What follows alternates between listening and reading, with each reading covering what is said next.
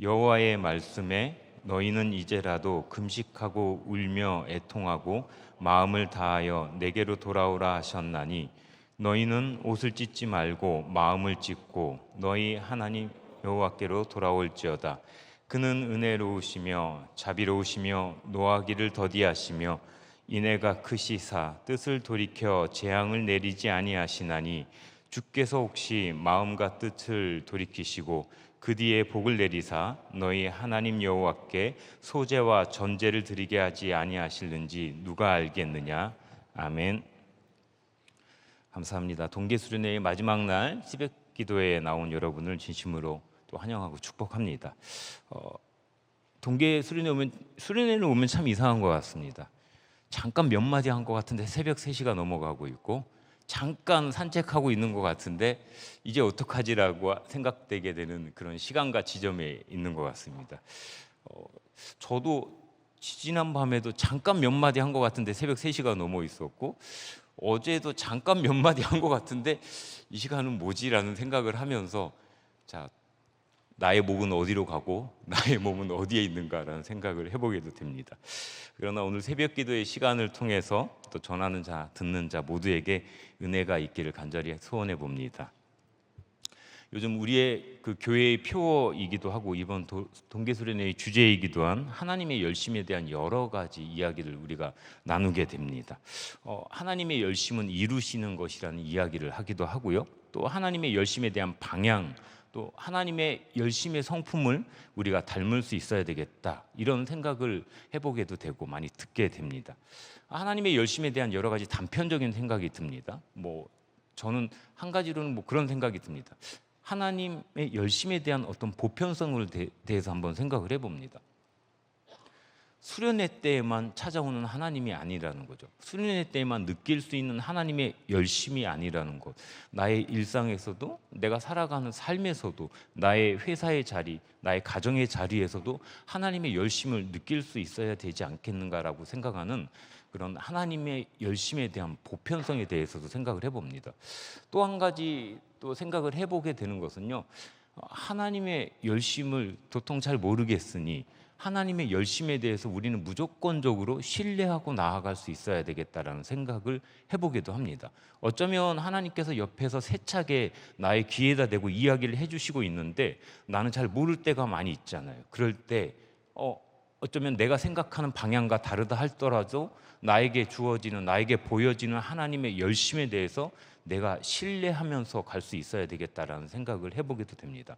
그리고 오늘 말씀 중에 생각해 봐야 될 하나님의 열심에 대한 생각으로는 이런 생각이 들었습니다. 하나님의 열심이 우리에게 똑같은 모습으로 다가오는 것인가? 라는 이야기입니다. 여러분 지금 설교 말씀도 많이 듣고 여러분의 묵상도 많이 있잖아요. 그런데 하나님의 열심은 우리 모두에게 정액정량으로 동일하게 다가올 수 있는 건가? 여러분은 다 똑같은, 마치 한 달란트 정도의 느낌으로 모두 다 그렇게 은혜를 누리면서 하나님의 열심을 목도하고 있는가라는 생각을 해봅니다. 하나님의 열심은 분명히 일률적이지 않고 우리들 한 명 한 명의 개개인의 삶에서 다가오는 것이 아닐까라는 생각을 먼저 해보게 됩니다. 그렇게 우리에게 우리의 외모처럼, 우리의 성격처럼 나에게 다가오는 하나님의 열심은 분명히 옆 사람의 누군가의 하나님의 열심과는 달라야 된다, 다른 양태여야 된다라는 생각을 오늘 말씀 전에 먼저 생각을 해보게 됩니다. 하나님의 열심은 여러분, 앞에서 설교자가 누가 얘기한다고 그냥 듣는 것이 아니고 멀리 존재하는, 말씀 속에만 나오는 이원론적이 아니고 나의 삶과 일상에 고스란히 내려앉아 있어야 되는 것이다라는 생각입니다. 그렇게 제가 말씀드리고 싶은 하나님의 열심은 나의 경험과 감동으로, 그리고 여러분의 경험과 감동으로 고백되어지는 여러분의 것이 되어야 된다라고 생각을 해봅니다. 여러분의 하나님의 열심은 어떻습니까? 여러분에게 느껴졌고 여러분에게 고백되어지는 하나님의 열심은 어디 있었나라는 생각을 해봅니다. 벌써 셋째 날이고 예배 처음 시작할 때 과연 이 예배가 시작될 수 있을까, 몇 명 이렇게 생각을 하고 있었는데 그래도 계속 오고 계십니다. 벌써 셋째 날이지만 이후의 시간까지 오늘의 예배의 이 시간을 통해서도 하나님의 열심을 나의 열심, 나의 경험, 나의 능력, 나의 울림으로 받아들일 수 있는, 경험할 수 있는 여러분이 되시기를 간절히 소원합니다. 그러면 오늘 말씀 속에서 제가 생각해 본 그 열심 유니버스가 있습니다. 하나님의 열심에 대해서 오늘 본문 말씀을 가지고 생각을 해보다 보니 제가 생각하게 되는 열심 유니버스가 있더라고요. 그 열심 유니버스의 생각 속에는 이런 것이 있습니다. 여러분, 하나님의 열심이 여러분에게 일방향적으로 오는 것일까요? 하나님의 열심이 여러분에게 자 이렇게 해야 돼라고 가이드를 해주고 있는 것이고 여러분에게 그렇게 보라고 딱 이렇게 정해져 있는 것일까라는 생각을 해봅니다. 저는 하나님의 열심이 결코 일방향적이 아니라고 생각을 합니다. 왜냐하면 말씀 속에서 삶에서 우리가 여태까지 가지고 온 여러 가지 훈련들 속에서 느껴지는 하나님은 결코 여러분 일방향적인 하나님이 아니시잖아요. 여러분의 기도에 대해서 응답해 주시는 하나님이 있었고 하나님의 음성과 하나님의 말씀에 반응하는 여러분들이 있었잖아요. 그렇기에 하나님의 열심에 대해서도 마찬가지 도식을 형성해 볼 수 있지 않을까라고 생각을 해봅니다. 그래서 생각하는 말씀 유니버스의 첫 번째는 하나님의 열심이 먼저 있다라는 것입니다. 우리의 삶에서 고백되어지는 하나님의 열심이 분명히 여기에 있다라는 게 첫 번째입니다. 하나님의 열심이 있고 그러면 그 다음에 뭐가 있어야 되지? 그리고 열심인 하나님께서 열심의 대상인 우리에게 바라시고 있는 응답이 있다라는 것이 두 번째입니다.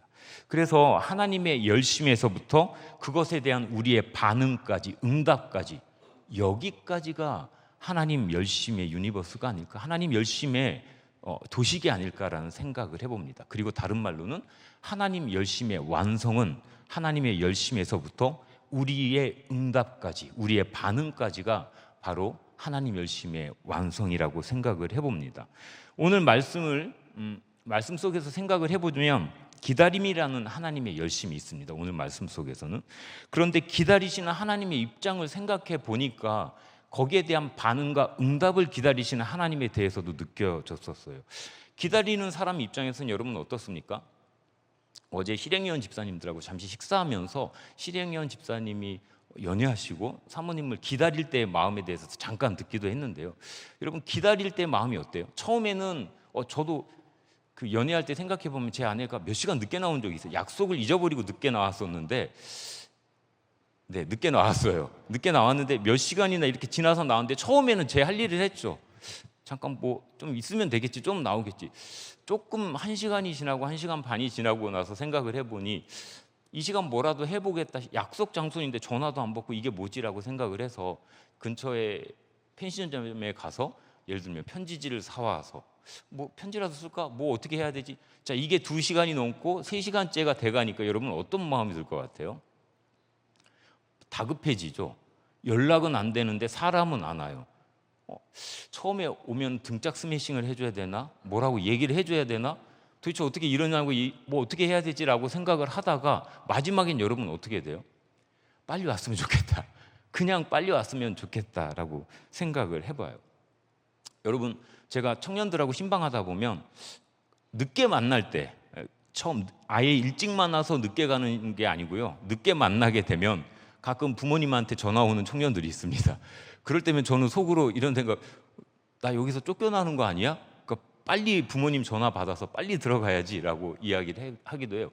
여러분, 부모님이 기다리시고 있는데 기다리시는 부모님에 대해서 나 지금 들어가고 있느라고 전화 한 통화만 있어도 좀 안심하실 수 있잖아요. 그런데 아무런 연락도 없고 전화도 안 받고 늦는다라고 생각되면 기다리시는 분 입장에서는 너무 애가 탈 것 같다라는 생각을 해봅니다.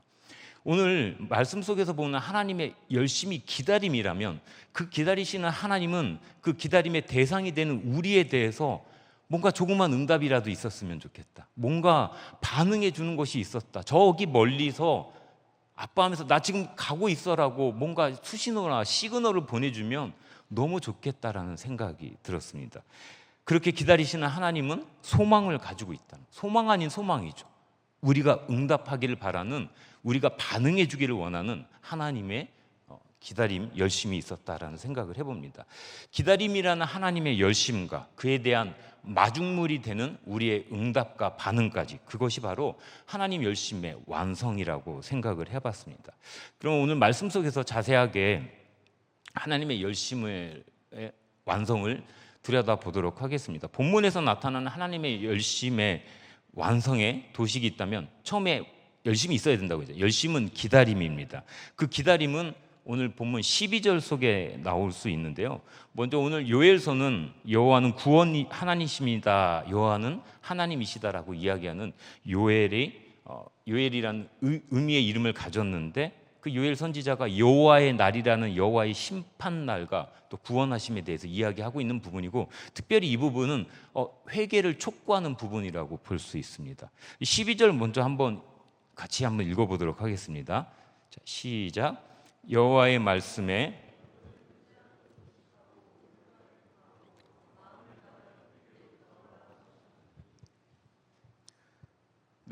오늘 12절 말씀에서 여러분 기다림이란 단어가 보였나요? 기다림이란 단어가 어디 부분에서 도대체 읽힐까요? 기다림이라는 단어가 없는데 어느 단어에서 하나님의 열심을 볼 수 있어요? 다들 고개를 숙이고 찾아보시고 계신데요. 이제라도라는 단어입니다. 이제라도. 믿음이 없는 너희라도 이제라도, 너희들이 나에게 무관심한 것 같은데 내 사랑에 대해서 반응해 주지 않는데 그런 너희들이 이제라도 돌아왔으면 좋겠다. 너희들 옆에 있는 지체들의 필요와 아픔에도 반응하지 않는 너희들, 개의치 않는 너희들 이제라도 돌아왔으면 좋겠다. 하나님이 부르시고 나의 부름에 응답하지 않고 코웃음 치는 너희들 이제라도 돌아왔으면 좋겠다.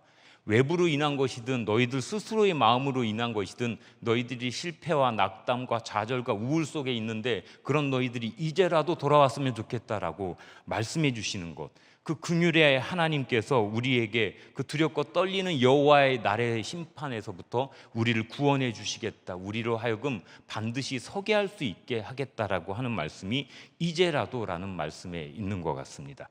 하나님께서는 분명하게 이제라도 우리의 삶에서 우리가 하나님께로 돌아오기를 원하시고 계시다는 것을 여러분 믿으시기 바랍니다.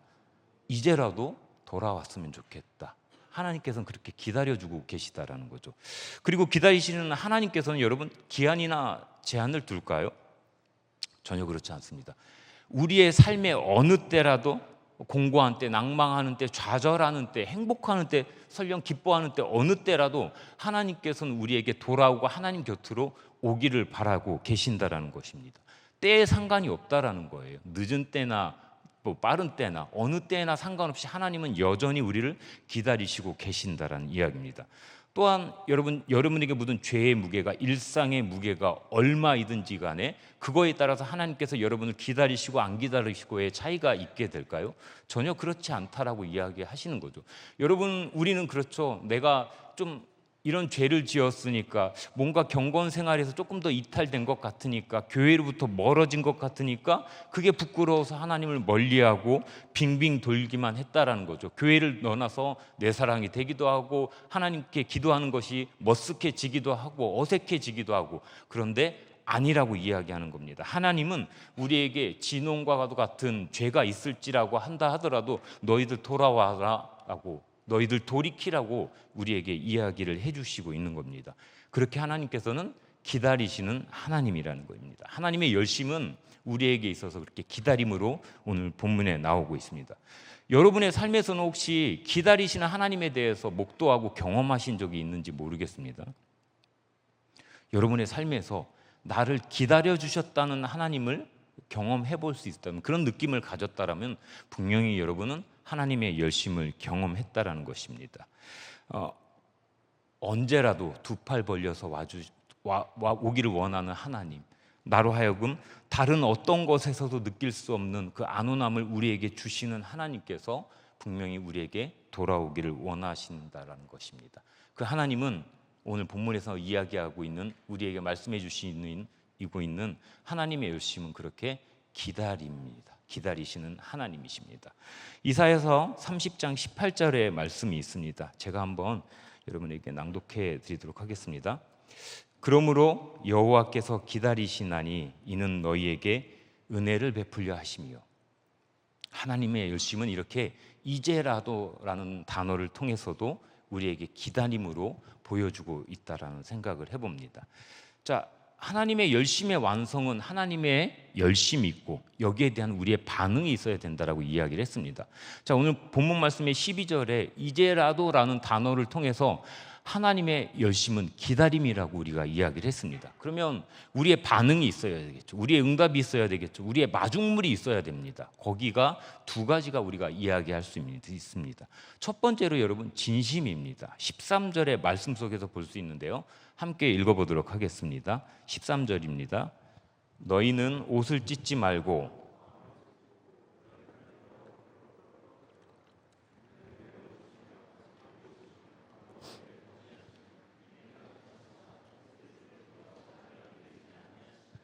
아멘.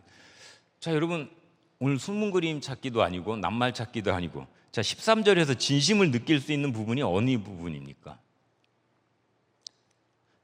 진심을 느낄 수 있는 부분 바로 옷을 찢지 말고 마음을 찢으라고 하는 부분입니다. 옷을 찢는 행위는 당시 자신의 죄나 또 공동체의 여러 가지 죄나 그런 것들 속에서 자신의 슬픔과 애통함, 회개함을 나타내는 고대 근동의 표현 방법이었습니다.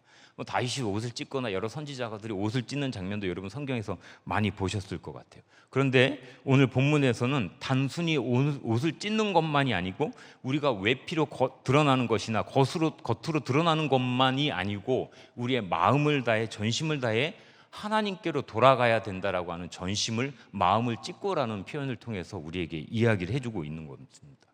여러분 기도의 시간에 우리 눈물 흘립니다. 기도할 때 전심으로 기도를 하는 것 같아요. 근데 기도의 시간에 반짝 눈물 흘리고 돌아선 여러분의 삶의 자리에서는 여전히 내가 주인인 것처럼 살아간다면 특별히 수련회 때만 찾게 되는 그 하나님이 아니라 여러분의 일상에서 목도되지 않는 목격되지 않는 하나님이시라면 여러분은 그냥 옷을 찢고 말았던 거죠. 진심을 다해서 하나님께 다가섰던 것이 아니고 그저 잠깐 그때 단락의 은혜로만 여러분 있었던 것이 아닐까라는 생각을 해봅니다. 여러분 그렇게 하나님께서는 우리에게 여러분의 외피, 여러분의 취향, 외향으로 드러나는 것 잠시 단락의 그것이 아니고 우리에게 전심으로 다가오시기를 원하시는 줄로 믿습니다. 그때 여러분 오늘 본문 말씀에서 느끼신 것처럼 읽으신 것처럼 은혜롭고 자비롭고 노하기를 더디하시는 인내하신 그 하나님께서 여러분의 삶에 함께해 주시고 동행해 주신다는 것입니다. 그때 진심이라는 것에 근데 우리가 흔히 얘기하는 성경적 사고로 생각을 한다면 전제돼야 되는 것이 있습니다. 여러분 진심에는 뭐가 전제돼야 될까요? 마음을 찢는 회개입니다. 그리고 마음을 찢는 회개는 여러분 어떻게 나타나야 되나요? 그냥 회개하고 되게 진실되게 그 자리에서 하나님 앞에 나아갔다라고 생각되는 내 마음속의 카타르시스 말고 진짜 마음을 찢는 회개, 진심을 위한 그 전제로서의 회개는 어떻게 나타나야 될까요? 마음을 찢는 회개는 반드시 삶의 변화를 일으키고 삶에서 내 생각과 행동도 새로워져야 된다는 것입니다. 여러분 그러고 보니까 진정한 회개가 이루어진다는 것은 진심이라는 것은 돌이킨다는 것은 삶의 행위의 방향을 바꾼다는 것을 이야기합니다. 여러분의 삶의 변화가 별로 느껴지지 않았다? 여러분 진정으로 마음으로 찢는 회개가 없었다라고 이야기할 수 있는 것과 같다라고 이야기할 수 있을 것 같습니다. 여러분 빌립보서 2장에서 바울이 그렇게 얘기합니다. 두렵고 떨리는 마음으로 너희 구원을 이루라고 이야기를 합니다. 두렵고 떨리는 마음으로 매일 여러분의 삶 속에서 마음을 찢는 회개를 하고 있는지, 여러분이 그 회개를 통해서 그 진심을 향한 하나님을 향한 그 시선 속에서 여러분의 삶의 모습이 조금이라도 변형이 되었는지, 변화가 되었는지, 새로워진 행동 양식이 나타나는지, 그게 안 나타났다면 여러분 우리는 진심을 지금 다하고 있지 않다라고 하는 것입니다. 제가 집에 가는 거리가 좀 거리가 되다 보니까, 그리고 올림픽대로를 쭉 타고 가다 보니까 모 눈에 뭐가 보인다고, 저는 한 30km 이상을 가야 되는 기름이 늘 있어야 돼요. 기름이 중간에 없으면 상당히 난감해집니다. 이걸 어디로 나가야 되지? 어디 주유소를 찾아야지? 늘 그것만 잘 보게 되기도 하고 그렇습니다. 또 귀가 아프고 그럴 때는 이비인후과가 어디가 좋은지 막 그것만 주변에서 보고 다니게 되기도 하고 그렇습니다. 제가 진심이라는 키워드를 찾은 이유가 올해 거기에 대해서 제가 되게 천착하고 생각을 하고 있기도 하기 때문입니다. 우리의 그 이 교구를 맡고 있으니까 교구에 저만의 키워드가 있습니다. 좋은 나무, 좋은 숲입니다. 왜 이런 키워드를 생각을 해보게 됐냐면, 제가 이제 청년부에서 3년 차잖아요. 근데 3년을 이렇게 하고 있는데 예년과 같은 모습으로 또 있기는 싫은 거예요. 당연히 뭔가 다른 모습으로 하나님 앞에 내가 서 있어야 되고, 여러분 앞에 내가 다른 양식으로, 내가 다른 마음을 다해서 있어야 되는데 어떻게 했어야 될까? 왜 나는 최선을 분명히 다했는데 문득 돌아서는 마음이 이렇게 헛헛하지? 저는 최선을 다하지 않았노라고 절대 얘기할 수 없어요. 제 삶에서 열심을 다한 것 같아요. 최선을 다했어요, 지난 시간 동안. 그랬는데 왜 내 마음은 이렇게 간혹 헛헛하지라는, 거기에서 생각된 마음들이 있었습니다. 그러다 보니까 여러분 생각을 해봤어요. 저는 여러분과 이야기할 때 좋은 이야기 해주고 격려해주고 응원해주고 지지해준단 말이에요. 그리고 때로는 뭐라고 하기도 하고 정신 차리라고 이렇게 얘기를 하기도 한단 말이에요. 기도해주고 같이 울어준단 말이에요. 그런데 저는 여러분에게 그렇게 큰 입을 들이워주고 그늘이 되어주고 있어요. 근데 무성한 잎을 가진 겉보기에는 좋은 나무와 같은 사람인데, 내 삶에서 나의 마음에 이렇게 여전한 헛헛함이 있다면, 여전한 마음의 서글픔이 있다면 열매로는 내 삶에서 맺어지지 않는구나라는 생각이 들었어요. 나는 정말 큰 무성한 잎을 가지고 있어요. 보기에 괜찮은 것 같아요. 근데 나에게는 그런 좋은 열매가 없다면 저는 좋은 나무가 아니구나.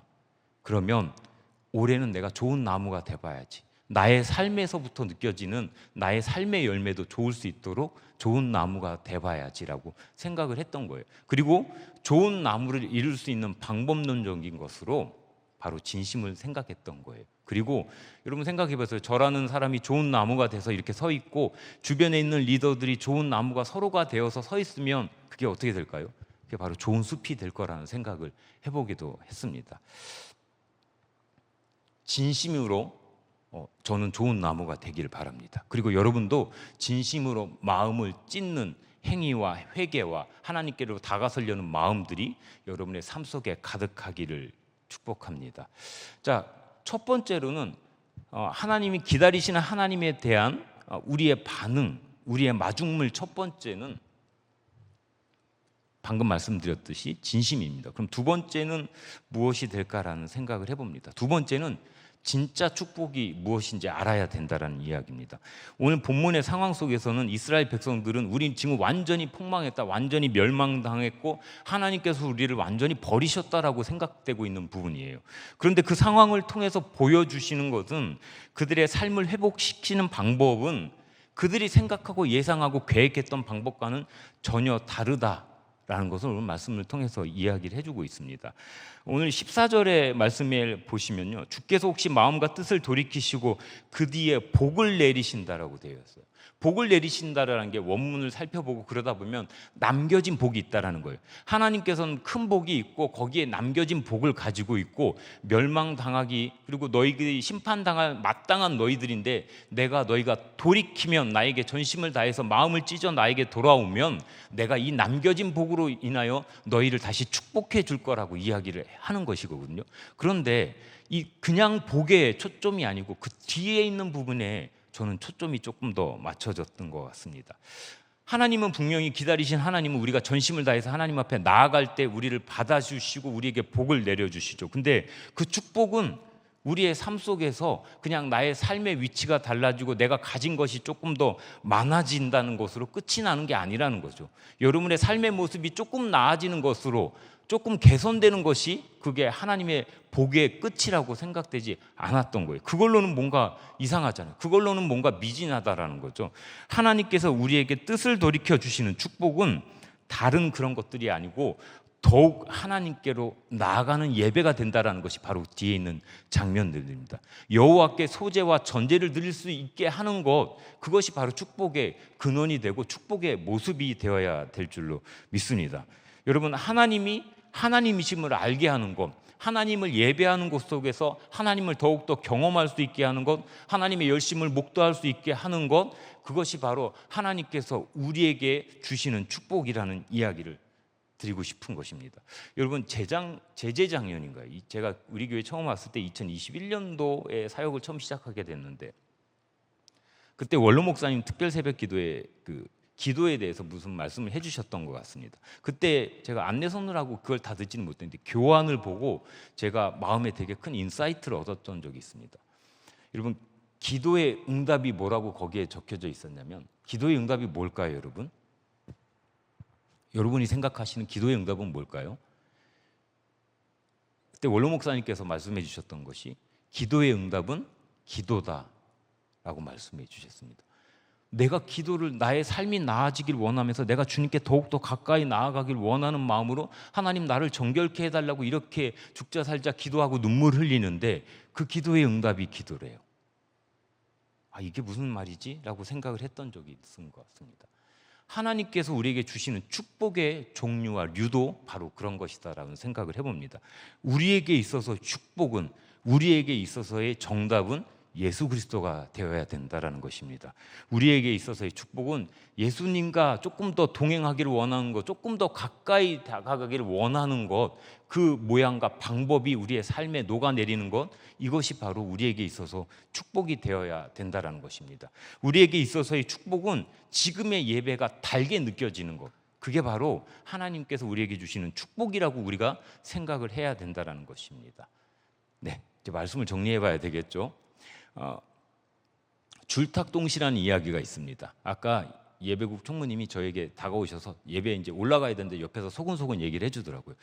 선생님, 어제 밤늦게까지 우리는 토론을 하고 이야기를 했대요. 줄탁동시가 무슨 얘기냐, 줄임말인 줄 알고 제가 작년 교구에서 이렇게 줄임말을 잘 썼거든요. 막 그러다 보니까 이게 줄임말인 줄 알고 막 맞춰봤던 거예요. 그러다가 이게 뭐지, 우리의 무지가 드러나는 순간이 있었습니다라고 이야기를 하더라고요. 줄탁동시 좀 어려운 말입니다. 근데 이런 말을 다시금 하나님의 열심의 완성을 표현하는 별다른 또 다른 표현을 찾을 수가 없어서 제가 제목으로 정했는데요. 어떤 말이냐면, 그냥 줄탁이라는 말이 다른 의미가 없습니다. 한자인데 그냥 쪼을 줄이에요. 그다음에 쪼을탁이에요. 이게 무슨 말이냐면, 이 알 속에 병아리가 있는데 얘가 그냥 잘못 태어나면 어떻게 돼요? 계란 후라이잖아요. 근데 얘가 제대로 생명이 되려면, 얘가 제대로 세상에 나오려면, 얘가 제대로 그 엄마 닭을 보려고 한다면 어떻게 해야 되냐? 안에서 쪼는 그 두드림이 있어야 된다는 것. 어미닭이 여전히 바깥에서 쪼아주는 것도 있어야 되는 것. 그게 동시에 일어나야 된다는 게 바로 줄탁동시의 이야기입니다. 새로운 거듭난 우리가 되려면, 하나님의 주권적인 열심을 우리가 경험하려면 우리의 응답이 하나님의 열심과 동시에 이루어져야 된다는 것입니다. 하나님의 열심이 여러분의 삶 속에 느껴지는 하나님의 열심이 분명히 있습니다. 그 열심에 반응되어지는 여러분의 삶은 어떤 것인지, 내가 반응해야 되는 것은 무엇인지를 느낄 수 있고, 그것이 같이 이루어질 때 하나님 열심의 완성이 이루어진다라는 이야기입니다. 그렇게 하나님 열심의 완성은 우리의 삶을 하나님께로 점여들게 하는 줄로 믿습니다. 우리의 삶이 예수님 닮기를 소망하는 그 과정 속에 있잖아요. 그 도상 속에 있잖아요. 그런데 예수님 닮아지던가요? 안 되죠. 매번 넘어지죠. 매번 곤비하다고 합니다. 매번 쓰러집니다. 그래도 그렇게 어떻게 나아가가지고 마지막 끝에 가서는 하나님 예수님 닮기를 사랑하는, 소망하는 우리가 그 예수님의 가장 근사치에 갈 수 있는 것을 바라는 우리의 삶 속에서, 그것이 바로 하나님께서 우리에게 주시는 그 사랑이라고 생각을 해봅니다.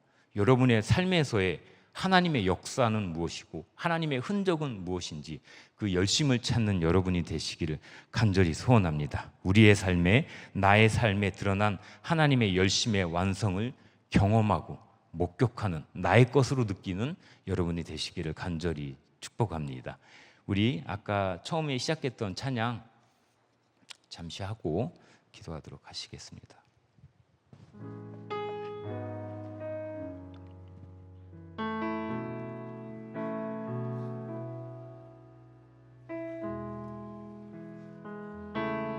아버지는 지금도 일하시네.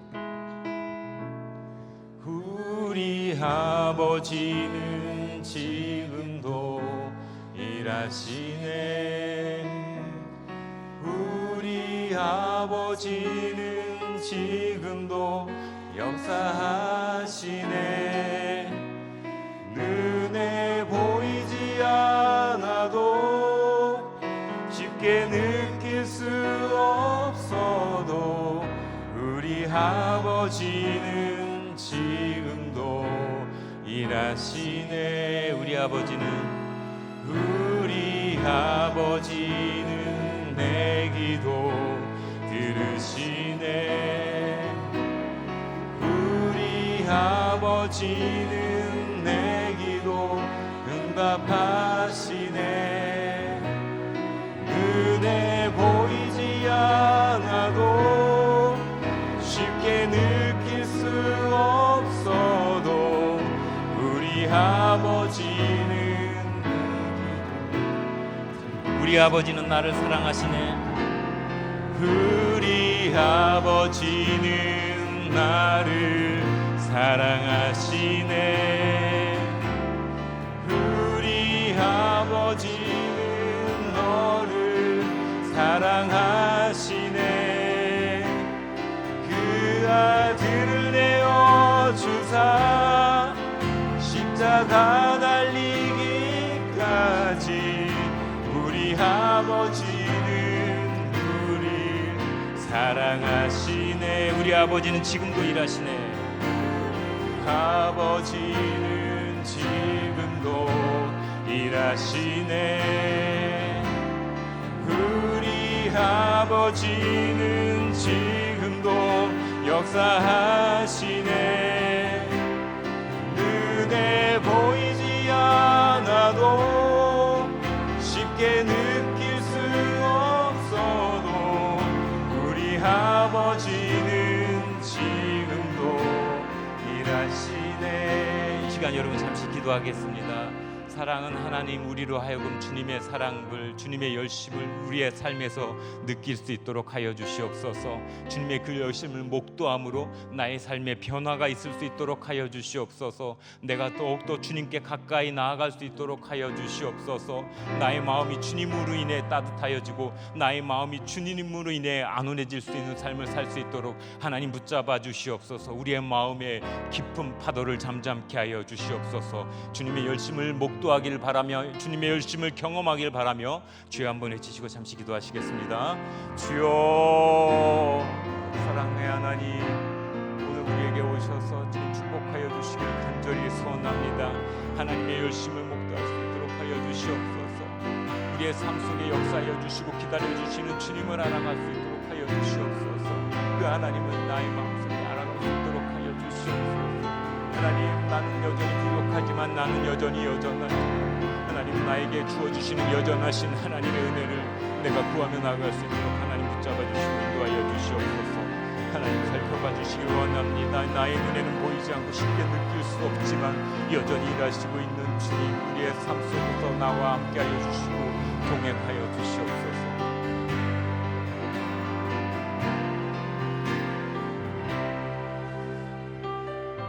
사랑의 하나님, 나는 여전히 미혹합니다. 나는 여전히 부족합니다.